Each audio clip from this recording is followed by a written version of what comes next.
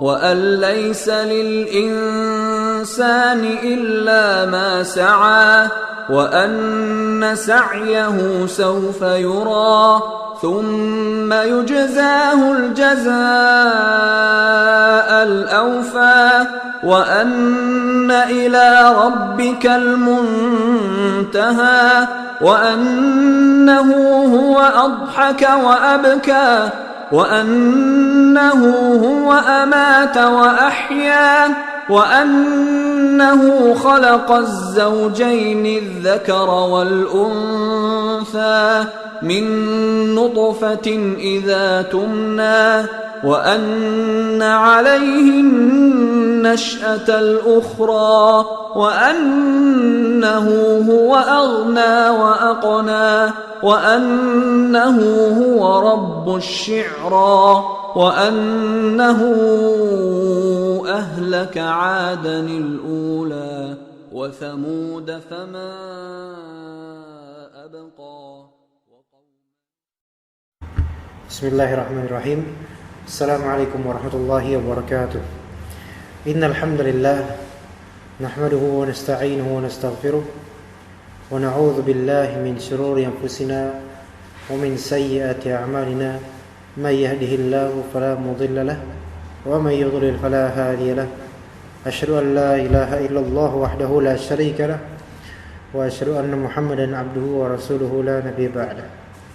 Allahumma inna nas'aluka ilman nafi'a wa rizqan thayyiban wa 'amalan mutaqabbala. Allahumma arzuqna al-ikhlas wat tawfiq was sadad fi aqwalina wa fi a'malina. Allahumma amin. Kita lanjutkan kajian kitab Tazkiyatun Nufus karya Syekh Ahmad Farid hafizahullah. Masih dalam penjabaran tentang keikhlasan, bab terpenting dalam semua ibadah, untuk semua ibadah, dan bahwasanya diwajibkan atas kita untuk ikhlas di setiap amalan dan perbuatan kita yang bersifat ubudiyah. Dan juga kita telah membahas tentang keutamaan ikhlas, bahwasanya di antara keutamaannya takhallus dari syaitan. Keikhlasan itu bisa membuat seseorang bertakhallus dari syaitan, yaitu keikhlasan bisa membuat seseorang lepas dari syaitan. Kemudian kita insyaallah akan melanjutkan qiraah, terjemahan dan ta'liq terhadap kitab ini. Kita mulai dari kalimat wa kullu hazzin min hududid dunya. Kita mulai wa kullu hazzin min hududid dunya tastarihu ilayhi an-nafs wa yamilu ilayhi al-qalb qalla am kathur idza tatarraqa ila al-amal taqaddara bihi saffuhu wa zala bihi ikhlasuhu. Perhatikan baik-baik kalimat berikut. Kullu hazzin min hududid dunya tastarihu ilaihi nafs. Setiap bagian dari bagian duniawi, setiap keindahan dari keindahan duniawi, tastarihu ilaihi nafs, yang jiwa itu justru rehat dan senang, condong. Ya, rehat itu berarti istirahat. Maksudnya jika jiwa kita merasa enak, rahat, istirahat dengan dunia, ya, itu ada bagian dari dunia, misalnya apa? Fulus, contoh. Duit, uang. Ketika duit itu membuat jiwa kita merasa lebih tenang, satu, wa yamilu ilaihil qalb, dan qalbu condong kepadanya, ya, qalbu condong kepada bagian duniawi. Yang tadi kita bilang contohnya duit, qalbu condong kepada uang. qalla am kathur, sedikit atau banyak. Tadi masih tentang duit. Idza tatarraqa ilal amal, jika tatarraqa itu sebenarnya tarraqa artinya memukul, mengetuk. Jika lihat ini, jika sedikit atau banyaknya dunia yang membuat jiwa kita lebih tenang dan qalbu lebih condong, itu masuk ke amalan ibadah. Lihat ya, jika apa tadi, bagian dunia yang kita condong padanya dan kita merasa istirahat dengannya, itu merasuk. Tatorok itu mengetuk amalan, masuk ke amalan. Maka apa yang akan terjadi? Takaddara bihi safwuhu wa zala bihi ikhlasuhu. Takaddara artinya menjadi keruh. Disebabkan apa? Itu. Disebabkan perasaan tadi yang masuk ke amalan. Syuf sini di kalimatnya takaddara bihi safwuhu. Bihi, dhamirihi di sini, hi di sini kembali ke hadzin min hudzudid dunia, kembali ke bagian-bagian dunia itu. Disebabkan bagian dunia yang dia senangi itu masuk ke dalam amalan, maka disebabkan itu berkeruhlah, mengeruhlah safwul amal. Safwuhu di sini, ha di sini hu ya. Dhamir kembali ke amal. Safwul amal yaitu kesucian amalan. Kemurnian dan kejernihan amalan bisa mengeruh disebabkan masuknya atau menyusupnya bagian duniawi yang dia cintai dan dia condong kepadanya. Wa zala bihi ikhlasuhu, zala yazilu, artinya lepas, hilang. Hilanglah disebabkan itu, apa yang hilang? Keikhlasan dia. Keikhlasan dia bisa hilang. Karena apa? Karena ada bagian duniawi yang dia berharap padanya ketika beramal. Hati-hati. Tadi kan kita masih berbicara contohnya fulus. Ketika kita beramal, kita lebih merasa bahagia dengan fulusnya dalam amal dan lebih condong ke timbangan duniawi dengan amal, maka amal tersebut akan menjadi keruh di sisi Allah dan keikhlasannya bisa menghilang. Wal insanu murtabitun fi huzudhihi. Manusia semuanya murtabit, terikat, berikatan dengan apa? Huzuz, bagian-bagian dunia, bagian-bagian dunia miliknya. Artinya begini, setiap manusia itu ada ujian duniawinya masing-masing. Kadangkala ada orang yang ujian duniawinya di uang dan dia kemudian terfitnah dengannya. Kadangkala ada orang yang ujian duniawinya dengan wanita dan ia terfitnah dengannya. Kadangkala ada orang yang ujian duniawinya dengan pamoritas dan ia kemudian terfitnah dengannya. Setiap manusia ada ujian yang terikat dengannya masing-masing. Karena ini di dunia ada ujian semuanya. Tidak ada satupun dari kita lepas dari ujian. Munghamisun, di sini munghamisun fi syahwatihi, dan selain dari manusia itu mendapatkan bagian dari fitnah-fitnah, dia juga berpotensi munughamis, yaitu tercelup. Jadi, munughamis artinya orang yang tercelup di dalam syahwatnya.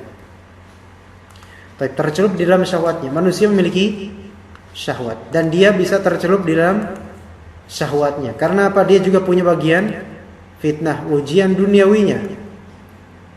Subhanallah. Nah, dan kemudian kita lanjutkan.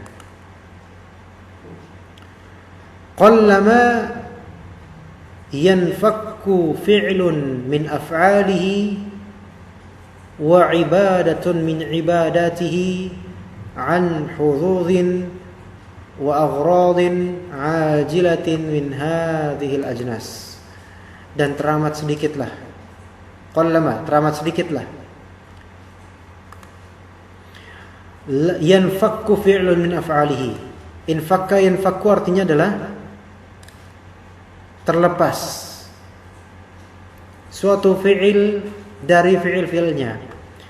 Sedikit orang yang satu perbuatan dari perbuatan-perbuatannya terlepas dari di sini dan di sini ada perbuatan, ada ibadah. Sedikit dari orang perbuatan dari perbuatan dan ibadah dari ibadah-ibadahnya terlepas, yanfak artinya terlepas, an hududin dari bagian-bagian, wa aghradin dan dari tujuan-tujuan, ajilatin. Ajilah yang disegerakan itu duniawi. Tujuan-tujuan disegerakan. Min hadhil ajnas, dari jenis-jenis ini. Maksudnya bahwasanya mayoritas dari manusia itu tidak lepas dari syahwat, keinginan terburu-buru, tergesa-gesa untuk mendapatkan dunianya. Falidzalika qil, dan dengan sebab kenyataan yang terjadi itu, bahwasanya jarang manusia yang selamat dari syahwat duniawiyah, maka ada yang berkata seperti ini: man salima lahu min umrihi lahzatun wahidatun khalisatun liwajhillah najah.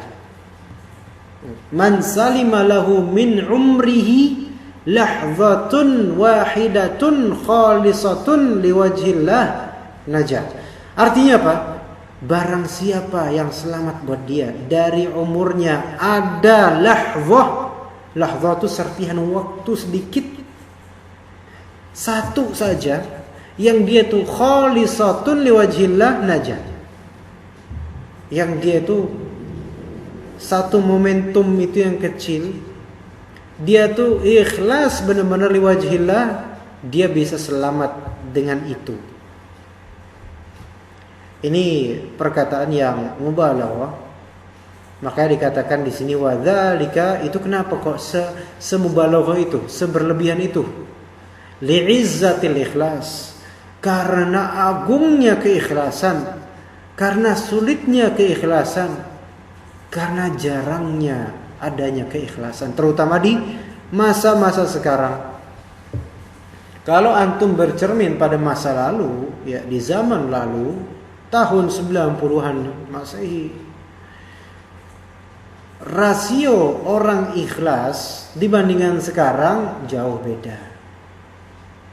Secara zahirnya kita, sekarang orang beramal sedikit langsung posting di media sosial, yang mana amalan tersebut kalau dia tidak posting lebih bermanfaat, tapi diposting, pamer. Sekarang media sosial banyak digunakan untuk pamer amalan semata.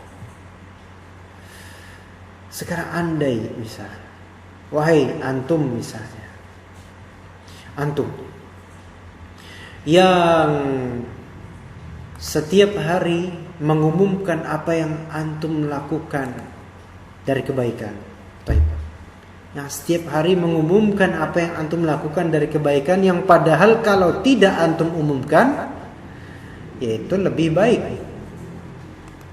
bagi keselamatan jiwa, dan memang diumumkan atau tidak diumumkan tidak berpengaruh terhadap banyak orang. Tapi kenapa diumumkan? Bagi antum yang berlaku seperti itu, apakah pernah berpikir adanya rasa takut terbubarkannya pahala amalan?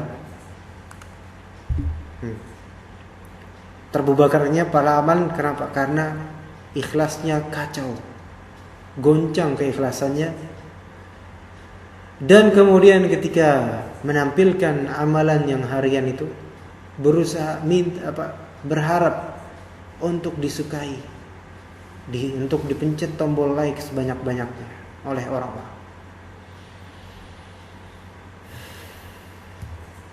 Sulit bagi orang yang terbiasa memamerkan amalnya.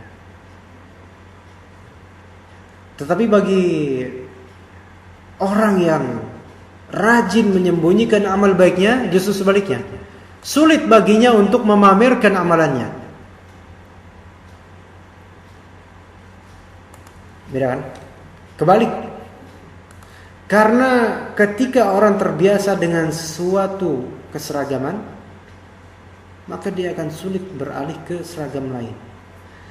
Ketika seseorang selalu melakukan pameran amalan yang padahal tidak bermanfaat untuk dipamerkan, walaupun itu amalan baik, dia akan terbiasa menampilkan ke orang-orang, dan kalau dia dikritik sedikit, dia akan marah.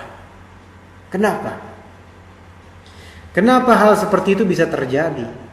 Li'izzatil ikhlas, karena agung dan jarangnya ikhlas. Susah. Dan juga kenapa hal itu terjadi? Wa usri tanqiyatil qalbi 'anis syawaib. Usr, susah. Tanqiyah, membersihkan. Qalbu 'anis syawaib, dari keburukan-keburukan, dari noda-noda. Tidak mudahnya mensucikan kalbu kita dari noda-noda. Tidak mudah. Ya. Ada orang polos tapi diejek terus. Polos sekali dia apa adanya, tetapi dia memiliki kekuatan kalbu yang apa adanya dia. Tapi ada orang yang belagak polos, membuat orang lain menganggap dirinya polos, padahal kalbunya itu penuh dengan dendam, dengki, dan sifat ujub. Hati-hati yang seperti ini, model munafik ini. Kelihatan di kita, Masya Allah, polos sekali, luar biasa. Tetapi ternyata di hatinya ada bait lain yang kotor. Maka ketika seseorang itu sudah ikhlas, sehari aja semua amalan itu ikhlas, mungkin gak? Mungkin, namun sulit. Kenapa? Li'izzatil ikhlas wa usri tanqiyatil qalbi 'anis syawaib. Karena jarang dan sulitnya ikhlas, dan sulitnya membersihkan kalbu dari kotoran-kotoran.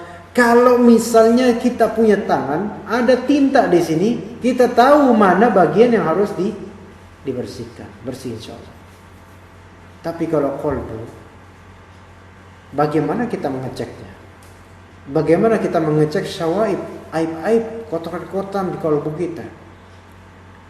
Mengeceknya dengan cara muhasabatun nafs, membaca Al-Quran, mentadabburi Al-Quran, kemudian membaca sirah, hadis-hadis Nabi, mentadabburinya, kemudian bergaul dengan orang-orang yang soleh, dan meminta pendapat, juga meminta nasihat dari orang-orang yang berilmu.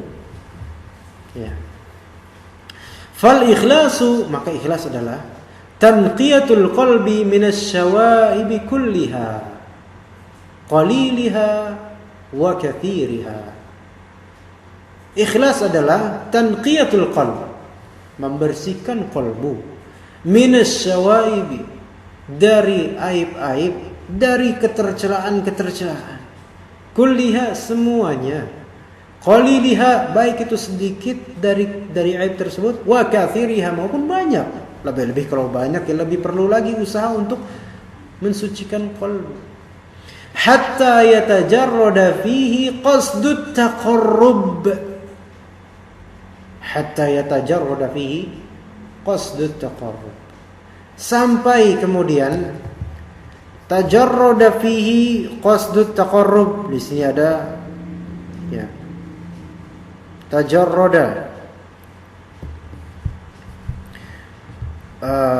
qasdut taqarrub, niatan atau maksud keinginan untuk taqarrub, mendekat kepada Allah, itu menjadi mutajarrid, yaitu tidak memihak, hanya kepada Allah. Ya. Jadi tajarruda itu semua hal selain qasdut taqarrub terlepas. Yang ada hanyalah qasdut taqarrub, yaitu tujuan. Qasd itu adalah tujuan untuk taqarrub. Apa arti taqarrub? Mendekatkan diri kepada Allah. Apakah kita sudah berusaha ketika kita beramal untuk bertaqarrub pada Allah saja, tanpa ada hal-hal lain? Apakah sudah kita berusaha beramal ya, untuk taqarrub saja tanpa hal-hal lainnya? Fala yakunu fihi ba'ithun siwa, sehingga tidak ada di dalam qalbu kita ba'ithun, faktor, penyebab, pendorong, siwahu, selain dari taqarrub. Siwahu, dhamir hu di sini adalah taqarrub. Apakah ada selain dari itu? Maksud selain taqarrub. Sehingga ketika misalnya kita beramal, maka amalan kita hanya dikhususkan untuk taqarrub ilallah saja, mendekatkan diri kepada Allah. Ketika ada tendensi di luar taqarrub, di luar mendekatkan diri kepada Allah, seperti tendensi apa? Seperti tendensi uang, seperti tendensi cari perhatian muka manusia, wajah manusia dan lain-lainnya. Apakah itu masih ada? Kalau masih ada, buang. Sehingga menjadi yatajarradu fihi qasdut taqarrub. Tinggal apa sisanya satu saja, maksudnya hanya untuk mendekatkan diri kepada Allah. Wa hadza la yatasawwar atau la yutasawwar illa min muhibbin lillahi mustaghriqin atau mustaghraqin atau mustaghraqil ham bil akhirah, atau mustaghriqul ham boleh, atau mustaghriqil ham bil akhirah. Dan hal ini la yutasawwar, tidak tergambar, tidak ada kecuali min muhibbin lillah mustaghriqil ham bil akhirah, kecuali dari pecinta Allah, mustaghriqil ham, orang yang ham, kegalauannya, keinginannya itu tenggelam bil akhirah, tenggelam pada akhirat. Jadi fokusnya itu pada akhirat. Hanya pada orang-orang yang mencintai Allah dan yang menenggelamkan keinginannya hanya untuk akhirat. Bihaitsu lam yabqa li hubbid dunya min qalbihi qarar. Yaitu dari sisi dia itu lam yabqa, tidak tersisa, li hubbid dunya min qalbihi qarar, tidak tersisa qarar. Qarar itu tempat, ketetapan, tidak ada, tidak tersisa lagi tempat di qalbunya dari hub ad-dunya, cinta dunia kan. Dan sebaliknya bagi orang yang tidak mencintai Allah, walaupun dia ngakunya mencintai Allah, selalu menyisakan tempat di qalbunya cinta dunia. Kebalik. Atau memprioritaskan cinta dunia dibandingkan cinta kepada akhirat, cinta kepada Allah Subhanahu wa taala. Famithlu hadza, orang yang seperti ini, yang mengenyahkan semua maksud kecuali maksud taqarrub ilallah, orang seperti ini, mithlu hadza, law akala aw shariba aw qada hajatahu kana khalisul amal atau kana khalisul amali sahihan niyyah.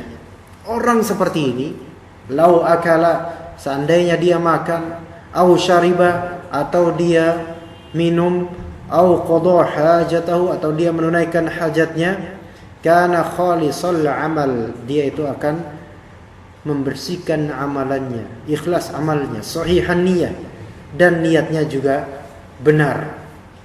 Wa man laisa kadzalik, dan barang siapa yang tidak seperti itu, fababul ikhlasi masdudun alaihi illa 'alan nudur, maka pintu keikhlasan masdudun alaihi, tertutup darinya, illa 'alan nudur, kecuali dalam sisi yang jarang. Ya, orang yang tidak seperti ini, makan ikhlas, minum ikhlas, sampai menunaikan hajatnya pun ikhlas karena ada zikir-zikir sebelum masuk kamar mandi. Itu dia kalau terbiasa dengan itu, amalnya bagus, niatnya bagus. Dan yang seperti ini enggak bakal bisa bagi orang yang tidak terbiasa. Kemudian wa kama anna, dan sebagaimana man ghalaba alaihi hubbullah wa hubbul akhirah, barang siapa yang lebih dominan di qalbunya kecintaan kepada Allah dan kecintaan kepada akhirat, yaitu surga, faktasabat harakatuhul i'tiyadiyatu sifat hammihi wa sarat ikhlasa, maka harakat, gerakan-gerakan kebiasaannya itu akan mengikuti karakter qalbunya seperti apa. Waswarat ikhlasa, maka dia menjadi orang yang ikhlas. Falladhi yaghlibu ala nafsihi dunya wal 'ulu war riyasah, wa bil jumlah ghairillah atau ghairallah, iktasabat jami'a harakatihi tilka sifah, fala taslamu lahu ibadatun min saumin wa salatin wa ghairi dzalika illa nadira. Adapun sebaliknya, ya, alladhi yaghlibu ala nafsihi dunya, ya, orang yang dominan di dirinya dunia, ulu ketinggian, riyasah pamoritas dan pangkat, atau bil jumlah secara global intinya adalah yang lebih dominan di hatinya adalah selain Allah dari dunia, maka iktasabat jami' harakatihi tilka sifah, maka semua gerakannya itu akan mengikuti karakter itu. Fala taslam lahu ibadatun min shaumin wa salatin wa ghairi dzalik, maka tidak selamat ibadahnya, baik itu ibadah dari saum, puasa, salatnya dan lainnya, kecuali sedikit orang yang selamat dari keburukan ini, yang Allah Ta'ala masih berikan rahmat padanya. Makanya keikhlasan itu sangat penting. Dan semoga Allah Ta'ala memberikan kita rezeki keikhlasan yang benar-benar vital untuk kita. Dan tidak mudah bagi kita untuk memupuk keikhlasan di setiap amalan kita. Amalan butuh keikhlasan. Semua amalan, bahkan hal-hal yang kecil dari zikir pun butuh keikhlasan. Antum bertahlil la ilaha illallah butuh keikhlasan. Antum bertahmid, bahkan antum bertakbir Allahu akbar, butuh keikhlasan semuanya tanpa kecuali. Barang siapa yang membiasakan diri dengan keikhlasan, maka semoga Allah Subhanahu wa taala akan menghadiahkannya hal-hal yang baik selalu, yaitu selalu ikhlas insyaallah taala. Maka alhamdulillah atas semua yang telah Allah berikan dari kelancaran kajian-kajian kita, dari kemudahan yang Allah berikan dan kebaikan yang Allah berikan. Ini adalah kajian keempat kitab Tazkiyatun Nufus, masih berbicara tentang ikhlas, dan insyaallah pada pekan mendatang hari Senin insyaallah kita akan kembali menghadirkan kajian kitab Tazkiyatun Nufus. Kita tutup dengan doa kafaratul majlis. Subhanakallahumma wa bihamdika asyhadu an la ilaha illa anta astaghfiruka wa atubu ilaik. Wassalamualaikum warahmatullahi wabarakatuh.